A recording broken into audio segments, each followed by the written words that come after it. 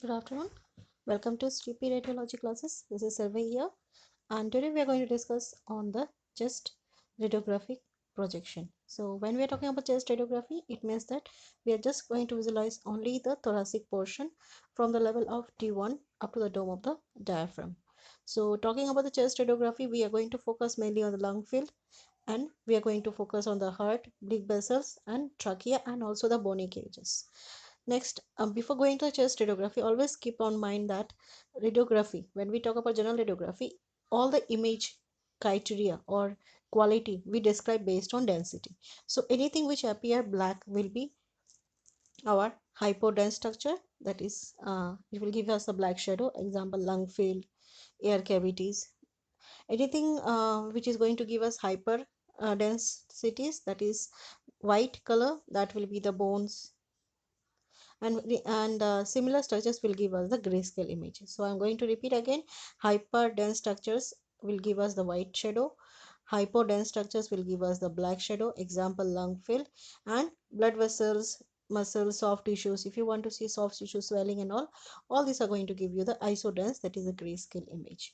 Moving forward, we are going to see about the landmarks, that is a surface anatomy. So we can't see the bony cage, but we can see only the landmarks. So talking about the landmarks is the first landmark, anteriorly we have the sternum notch.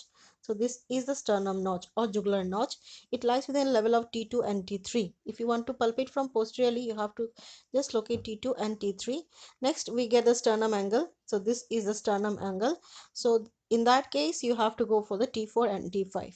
And finally we have the nipple anteriorly in the T7 T5, and it is also known as the area where we can see the inferior border of the scapular lies.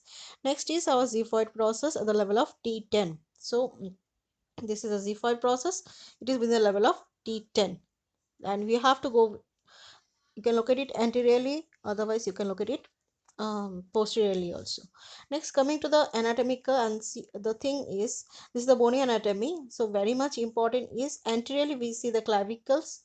Okay, next we can see anteriorly the rib cages, and this gray color is showing you that is the costal cartilage. So that is, this is also known as costochondral cartilage. Costo means the bone and the cartilage, so costochondral cartilage. Next is you can see the sternum, it has three parts. The upper part is known as the manubrium. Next we have the then we have the manubriosternal joint. So this is the manubriosternal joint. Next we have the body of sternum. Next we have xiphoid process and xiphisternal joint. So this is the xiphisternal joint. Next thing is, as you can see, this is the manubrium and this is the clavicle. So we can say that here there one joint is formed, and that is known as our sternoclavicular joint. So joining between the sternum and clavicle is known as sternoclavicular joint. So I'm saying again, I'll just have a uh, here this is, and we can see here one more joint that is called a sternoclavicular joint. So if there is a view to show the sternoclavicular joint, so you have to only take this position. Next thing is, there is one joint that is called as acromioclavicular joint. Acromion and clavicle, they form the acromioclavicular joint. Next is you see these are the true ribs. Next, these are the false ribs, and these are the floating ribs. So this much things you have to consider while we are talking about the chest radiography. Not only this, in the soft tissue radiographies we have the lung fields. So there lung fields are divided. So this is hyperdense structures, means air cavity. So this is, sorry, hypodense structure, so you can see it as a black color shadow. So in the lung field what we have is upper zone, middle zone, and lower zone. Upper, middle, lower, and this area is known as the hilar region in the lung field, and it is lies within the T7. And from the hilar region we can see that the all the vascular structures like primary bronchioles, all these are coming out from here. Next, these are the fissures. See, these are the fissures here. So horizontal fissure, oblique fissure, So these are the features we look in the lung field also. Next, not only in the chest radiography, we see the bony structures and lung field. We can also see some hidden structures, like, see, you can see the aorta, SVC, a heart structure, IVC. Next, coming to the position of the chest X-ray, we have the first position is PA, posterior anterior projection. Here what happens is the beam is directed from, sorry, the beam is directed from posterior to anterior direction. So the how the patient will face, patient posterior side will face to the tube, and mainly we maintain a 6 feet distance. Why the 6 feet distance is maintained? To reduce the cardiac magnification. In my previous videos you can see how we differentiate between our PA view and AP view, and in PA view we have reduced the cardiac magnification. So 6 feet distance is mainly used to reduce the cardiac magnification. So before going to that, we have to see the basic projections of the chest. So in that we divide it into two types. One is standard view or basic view, and the one is special view and supplementary view. So special views are PA view, AP view, lateral view, and supplementary views like LAO, left anterior oblique, right anterior oblique, expiratory view, supine, lordotic, apicogram, decubitus. So these are all the special views. LAO, left anterior oblique, it means that the left side will touch the cassette, patient will face anteriorly, and he will be in 45-degree oblique direction. Going back again, in PA view we maintain a distance of FFD, film focus distance, 180 centimeter. Our MAS will be 8 to 12 for 300 mm machine. No need of grid. Cassette size we can keep from 14 into 14 inch to 14 into 47 inch, and kVs will be ranging from 50 to 65. It is a basic. If patients are having healthy patients, athletic patients, we have to increase the kp, not 65 is not sufficient for that. In case of pediatric you can reduce it to 60, 62.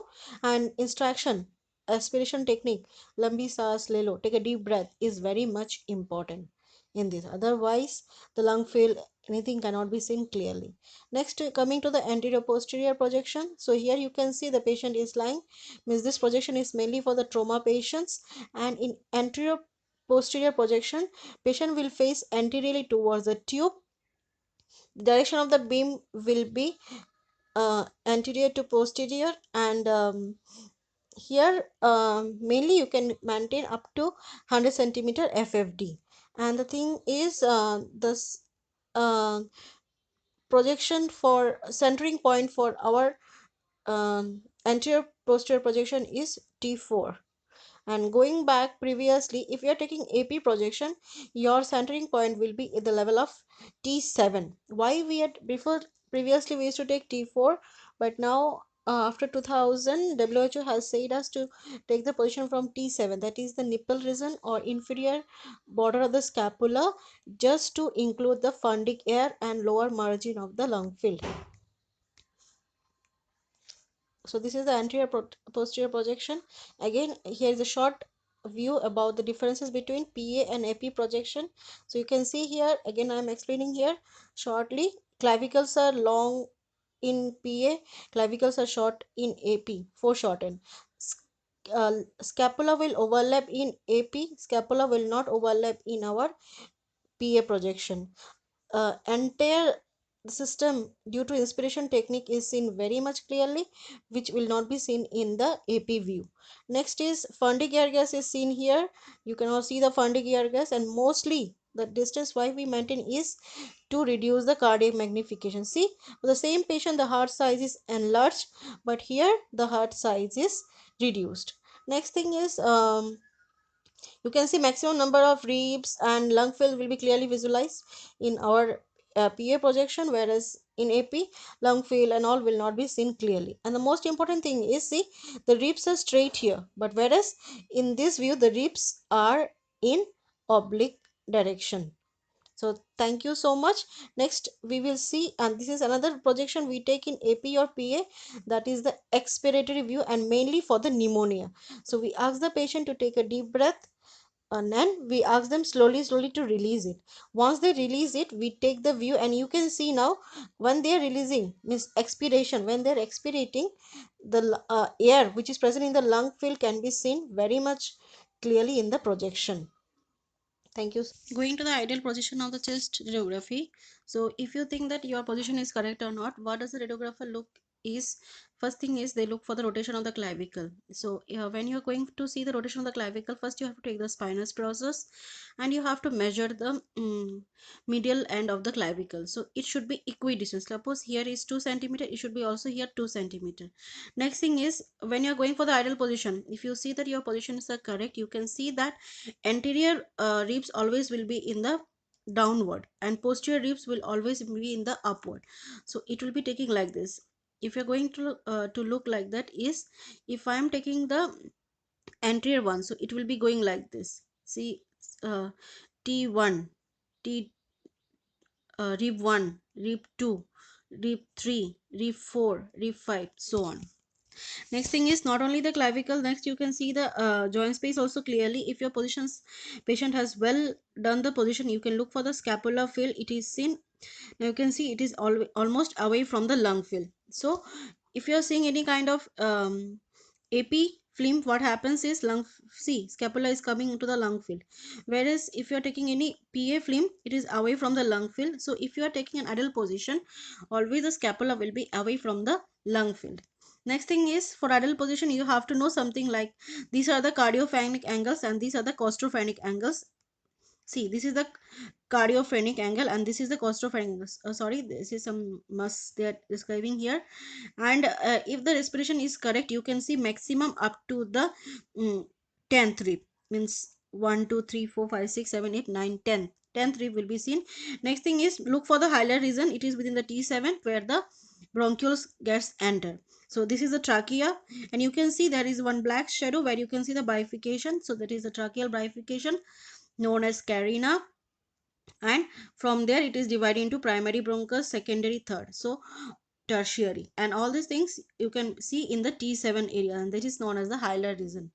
Next thing is, you can see for the fundic air gas, this is the fundic air gas and this is the CP angle. So now with this thing you can do also one small measurement that is called as cardiothoracic ratio measurement. What you have to do is, you have to take the CP angles, that is the heart size, and you have to measure it from the CP angles from one point to another point. So this is my cardiophrenic angles. So we are going to take the extreme points of the cardiophrenic angle by we are going to take the extreme points of the costophrenic angle. So how you will do is, just draw a line in the midline. Next thing is, you have to measure the CR, that is the maximum distance from midline to the right hand side of the heart and maximum distance from the midline to the left hand side. So CR and CL means right and left. So that is it. If it is 3, it is 2, so 3 plus 2 is now 5. Next thing is, you are going to measure the entire thoracic diameter, CP angles from one point to another point. So from here to here is 10. So now what we get is 5 plus 5 divided by 10 is how much? It's 0.5 divided by 10. So it is almost half. So always keep in mind that the normal heart measurement should not go beyond zero point 0.5. If it is below 0.5, it is normal. It is above 0.5, it is having some issues like cardiomegaly, that is called as cardiac solicitude. Next thing is, if it is 0.555, 5.58, 0.58, 0.58, so we can say that the heart size is within borderlines. Almost you can see these things. Nothing is, what we say is most important in PA view and chest x-ray is our respiration techniques. So see, this is full, the patient has not taken any respiration, where this here the patient has taken a good respiration, adequate respiration, 1 2 3 4 5 6 7 8 9 10. Lung fields are clear, lung fields are clear. So this thing is also very much important in the chest x-ray. Next thing is, if you're going for the uh, densities which I said in the previous is, like air cavities will be black. See, black. If you're having water and fluid, you can see it in a gray scale. See, fluid, anything you can see it in a gray. Fat will be in the gray shade, and metals and all bones will be in the white shade. Talking to one point of view, as we have gone through the special views, we saw that we have one is PA view, another one is the decubitus. Both are same only. But if a patient has pleural effusion or any fluid, our decubitus will help us more. Why? In PA, patient will be standing or sitting, so mostly the fluid will be settling here. So you can see how much range the fluid is expanded. So just make the patient to lie down, turn him on the left or right side.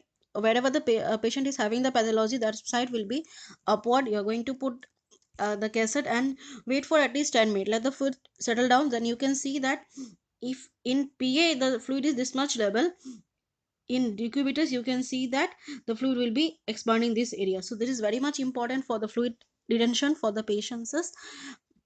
And one more thing is, most important thing is looking for the male and female criteria of the breast. So while you are looking for the male and female criteria of the breast, the thing is that always the females will have the breast shadows. Okay, and this is one of the confirmation. Next, if it is a male, so you will see no breast shadows. So is it clear to you? If it is a male, you will not see any breast shadows. When it is a female, you can see the breast